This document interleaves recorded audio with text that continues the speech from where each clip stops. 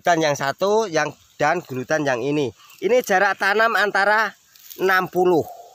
Ki pemanene ya pas putuke iki lho Mas Budi. Ya. Saksikanlah saudara-saudara, saya akan mendem ini porang yang sangat besar sekali. Bud.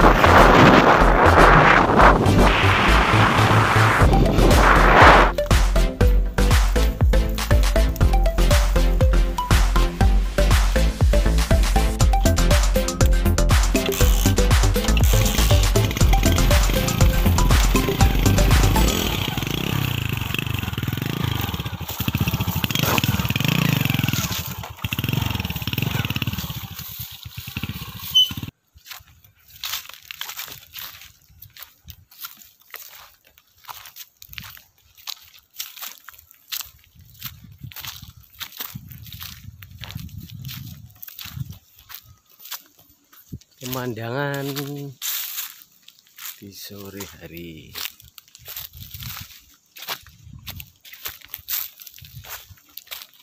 Kita mau nyusul Kang To Kancil. Dia lagi di porangan sendirian, nggak tahu mau cari apa itu. Woi, mau apa? Alah. Ini loh Pak, mau gemburin lemah untuk ditanamin porang musim nanti, musim penghujan nanti gitu loh. Oh, pantesan saya lihat kok nyangkol sendiri. Buat apa itu saya lihat tuh? Ayo itu bertani ya lor, ya macul barang. Macul ya penak nggak? Salam sih. Oh iya. Lali. Oh, lupa lor. Enak ya lor.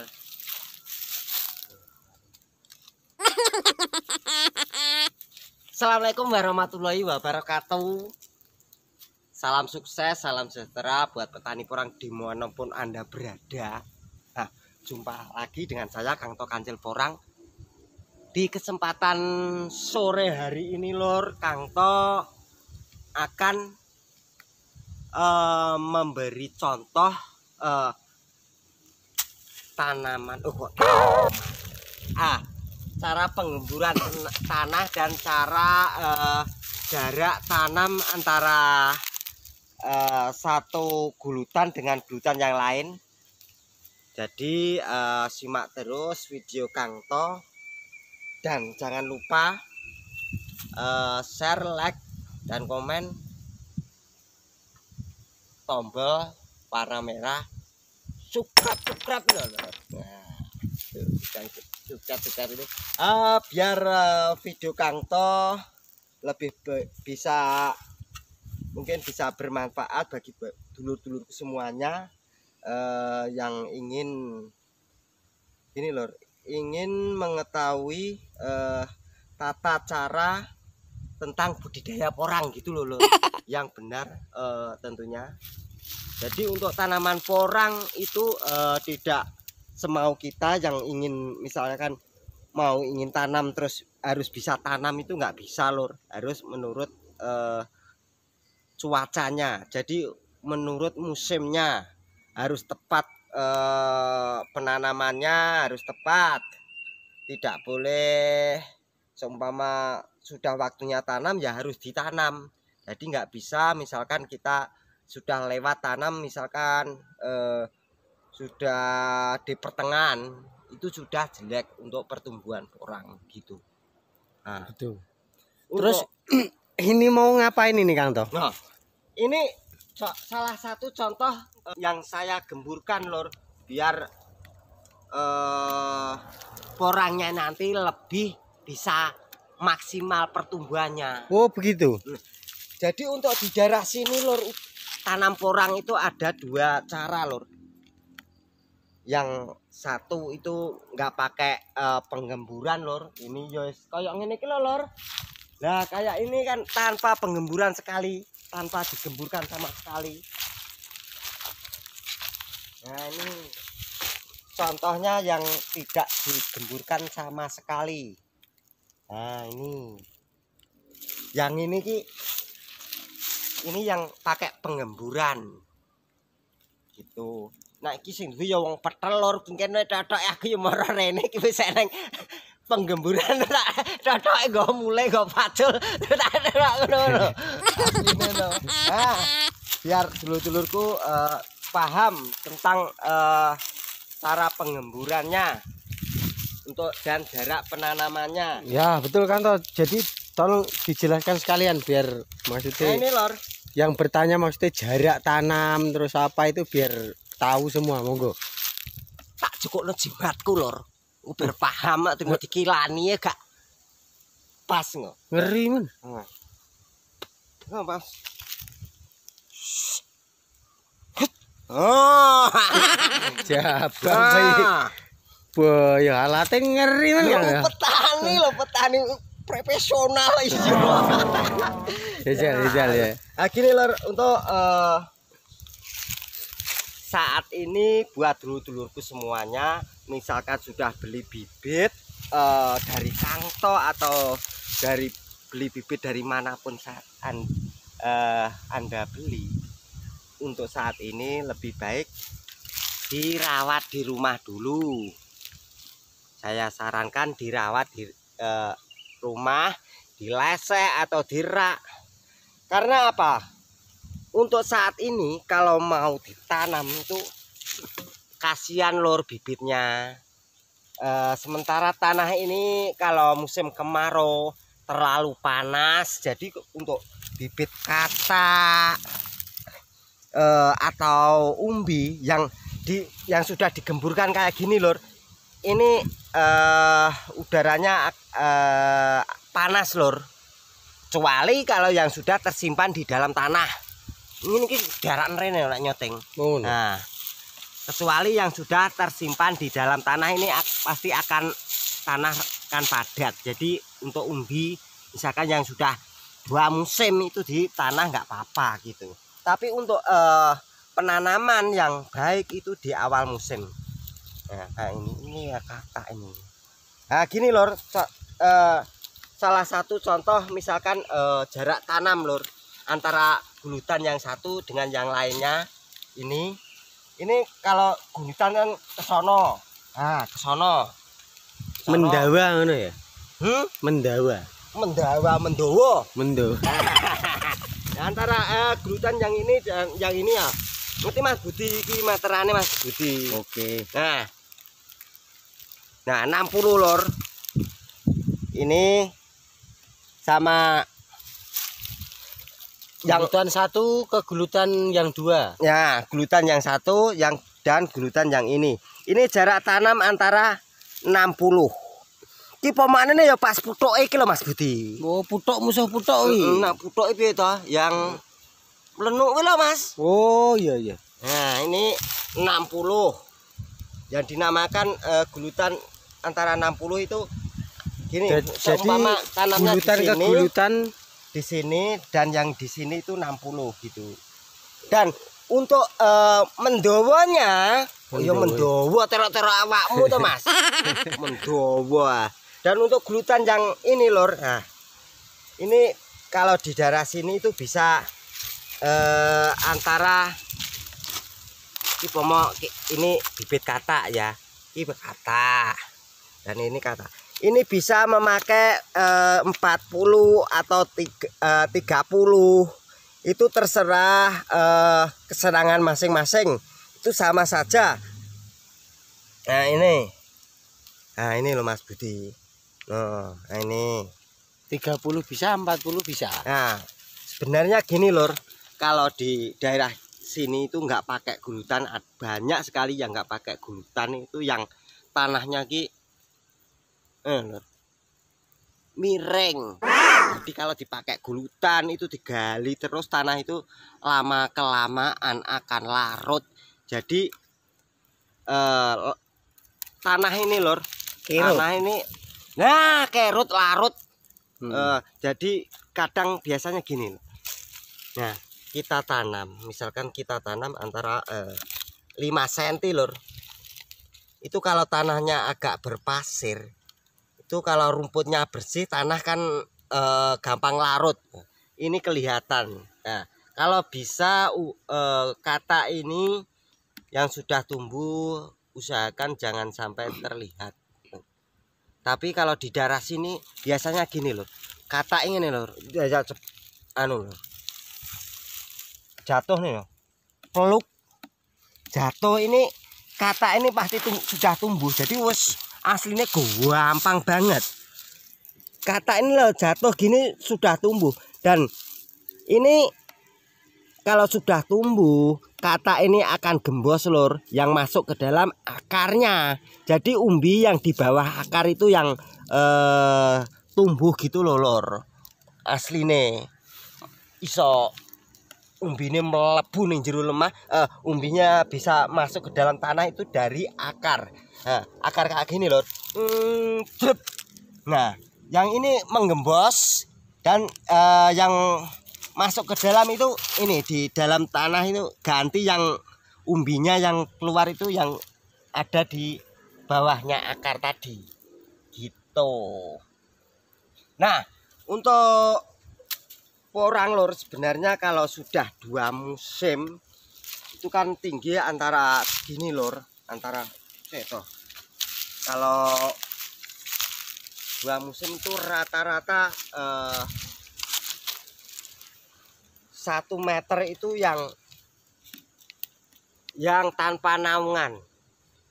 Dan kalau ada naungannya itu lebih cenderung lebih tinggi lur, menjolore. Tingginya itu lebih tinggi lagi. Dan untuk yang ciri khasnya yang tanpa naungan itu lebih pendek batangnya gitu. Ini perlu dipahami buat dulur-dulurku. Dan akar lor kalau sudah 2 musim itu sudah lebar lor. Sing mbok inget apa ta? Enek wae coba di ini ngono. Dan untuk akar kalau sudah 2 musim itu sudah lebar lor. Seumpama akarnya porang itu panjang lor. Sak pira dawane kan? Ya ada setengah meter lebih. Kalau akarnya porang itu kalau sudah 2 musim. Jadi kalau misalkan porang itu kalau sudah tumbuh usahakan jangan dicangkuk. Seumpama ini buat mungkin pelajaran buat duluku. Kalau sudah porang wis sudah tumbuh jangan sampai ngarani didangir lor. Itu bila akarnya itu putus itu ya kurang bagus. Jadi untuk yang sudah tumbuh, misalkan nanti sudah tumbuh itu usahakan rumputnya dijabutin saja, nggak usah diginikan. Misalkan kayak diginikan ya kurang baik lor. Nah itu kurang baik gitu. Nah ini itu yang sudah dipemumpukan. Nah ini. Buat dulur-dulurku semuanya mungkin ini yang nggak ada naungannya, misalkan ditanamin ketela. Kemarin ada yang Kang tanam porang itu kalau dikasih sela-selanya dikasih ketela bisa enggak? Sebenarnya bisa lor. Itu juga ada ketelanya. Tapi usahakan ketelanya itu jangan terlalu padat lor. Jadi agak lebih lebar, antara jarak ya mungkin bisa dipakai itu 6 meter atau apa. Yang penting jangan dekat-dekat. Jangan terlalu edek gitu. kuwi nak ngekek kata-kata kok ngono. Lah piye? Lah nedeng dekat. Ya jangan sampai senggol-senggolan gitu loh, Lor. Yang penting jarak akarnya singkong atau ketela itu jangan sampai terlalu padat. Jadi sebenarnya singkong itu juga kurang bagus gitu loh, Lor. Akarnya kan ada akar serabutnya itu dan itu mengganggu untuk tanaman porang. Gitu. Nah, ini untuk pemberian kompos, Lor. Yang kemarin itu di grup bingung masalah kompos.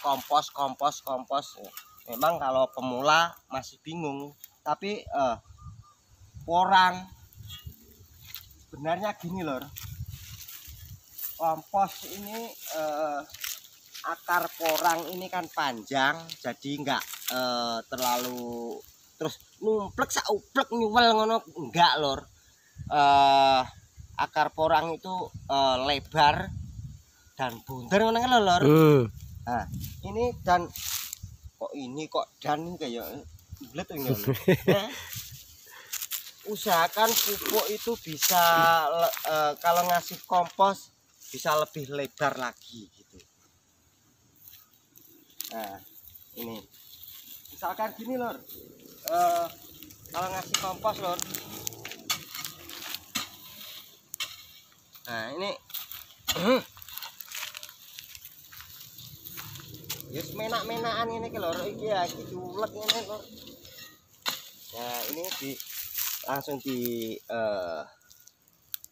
diaduk sama tanahnya, juga bisa yang ditaruh di bawahnya yang kata ya gini itu di dalam. Kalau kompos setelah kompos di dalam, terus ini dikembalikan lagi. Nah, dan ini kan tertutup, jadi kalau sudah ada lariannya ini dikasih tanda, Lor. Nah, dikasih tanda. Ini yang bawah, yang di dalamnya tadi sudah tersimpan kompos tadi. Nah, ini yang ini lagi, misalkan yang mau ditanami kasih lagi dalamnya. Ini dikasih tanda lagi. Pokoknya ruwet ngono, Lor, nak nganggo kompos. Kalau di ini ya juga bisa, maksudnya. Nah, ini dikasih tanda lagi gitu. Dan seterusnya. Nah, gitu. Kompos bisa diwaduk langsung ke tanahnya juga bisa. Karena akar porang itu tumbuh lebar, Lor. Nah, gitu. Nah, kalau pengen lihat porang ya ini juga porang. No, ini juga porang, Lor. Ini enggak apa-apa, Lor. No. Ini agak cangkul tadi. Kembalikan, yang penting untuk penanaman agak dalam, Lor. Untuk yang musim. Ya, cukup sekian dulu video kali ini. Mungkin bisa bermanfaat bagi dulu semuanya yang ingin menggemburkan tanah. Mudah-mudahan dengan budidaya porang kita bisa sukses bersama. Amin. Cukup sekian dulu dari saya, Kang Tor Kancil Porang. Wassalamualaikum warahmatullahi wabarakatuh. Mantap, Lor. Mantap. Wong tani, Lor, wong tani. Wong Gunung Pandan, Lor.